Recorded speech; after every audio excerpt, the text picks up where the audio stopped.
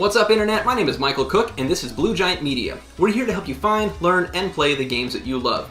Today, we've got Architects of the West Kingdom by Shem Phillips, and this is published by Renegade Game Studios. We're going to open up the box, take a look at the component quality, the production quality, the art, what you're going to get for your money, and generally just what's inside the box.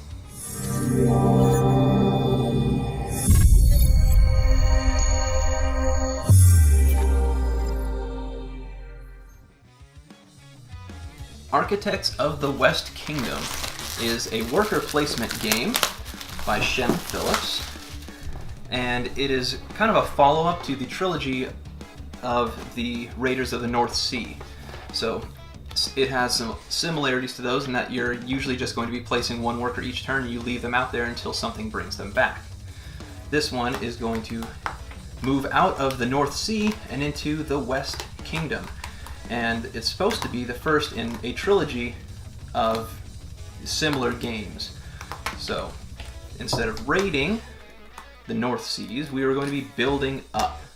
So depending on what theme you might like, I know there are plenty of people who love Viking themed games, so you can kind of let that drive things a little bit as to which one you might like, which one you might not like.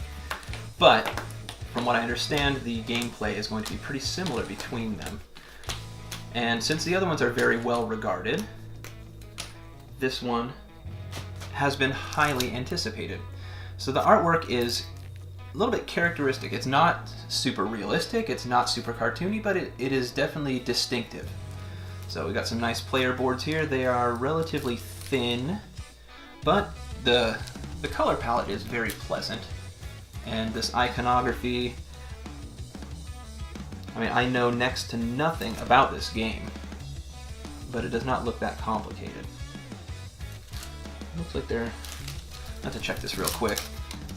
I wonder if these powers are asymmetrical or if this is just a, yeah, it looks like there might be some asymmetrical powers here, because the icons on these are different for the different players.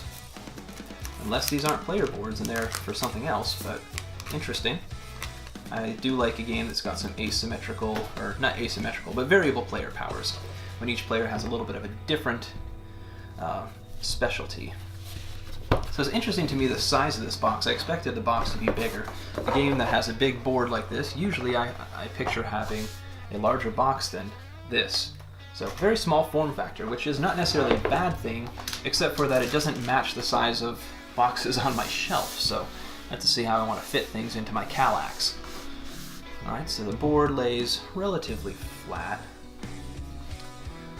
but it's good quality. Let's see what the back looks like. Just plain backing, which isn't a bad thing, but alright, and let's see what else we have. A whole bunch of baggies with workers. Another interesting thing about this game compared to other worker placement games is you start with all of your people and you place them out. And the tricky part is timing and figuring out when to get them back. Alright, so we've got 5 different player colors. And we've got wood, which actually does have a little bit of the look of a log. And then bricks, which look like bricks. Stone, which have a different shape. So each one of these has a different shape, which is both nice for being visually appealing, but also nice for people who are colorblind. No issues with telling what resource is which. One thing that Renegade Games always does well is they include baggies in the box, and usually they include just the right number of baggies to organize everything in a way that makes perfect sense. And that's something that I really appreciate from them. So let's see how these open.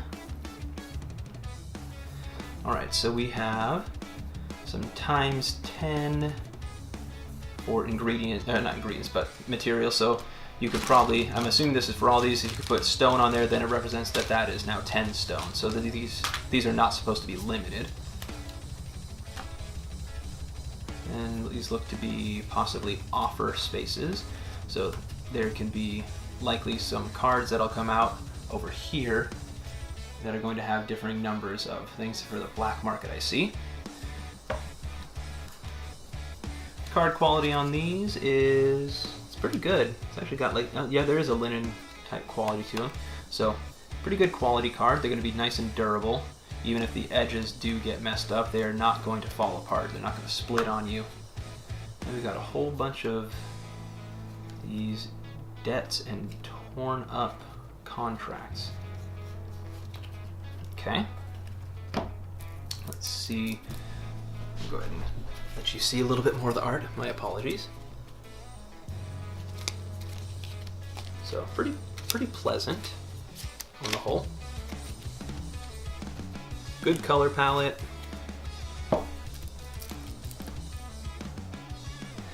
Okay, so we've got a whole bunch of cards with blue backs. Let's see what those are. Acolytes, different people, which I'm assuming are going to be going over here. That will do different things for you. A bunch of cards with green backs. Let's see what those do. These look like they're buildings, different things that you can actually build as an architect. Okay. Then we've got some different people. Yellow backed cards, and these have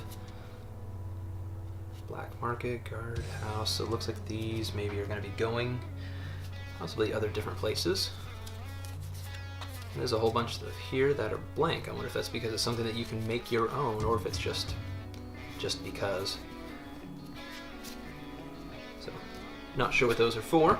And then, looks like there is some solo play rules. A guide for a solo play setup, which is nice because it's often something that you don't do normally, so it's good to have something that gives you a outside the norm setup. Because a lot of times they have a regular setup on the back like they do here, so it's nice to just have a card that supplements that. Okay, and this is got a summary of apprentice abilities, which I'm assuming are these cards here. And then these are building effects.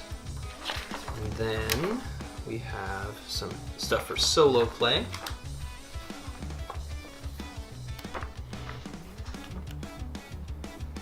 Well illustrated rule book, pretty lengthy. There's a good 20 pages there, so plenty for me to dig into. Let's see about how we want to organize this. I think this might be a situation where they might have given us more bags than we need, possibly. Let's see. So I stand corrected. As usual, Renegade Games has knocked it out of the park with their forethought and usage of bags and all kinds of other good stuff. So kudos as usual to them. Let's see how we want to put everything in here.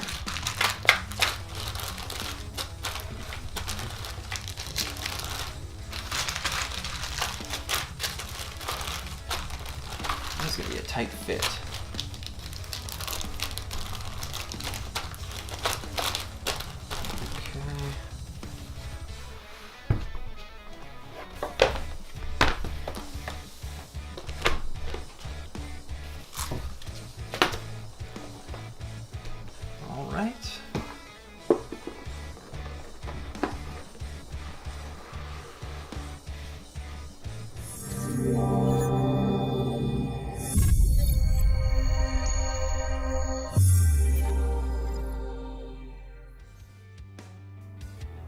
And that's what's inside the box of Renegade Game Studios' Architects of the West Kingdom by Shem Phillips and S.J. Macdonald.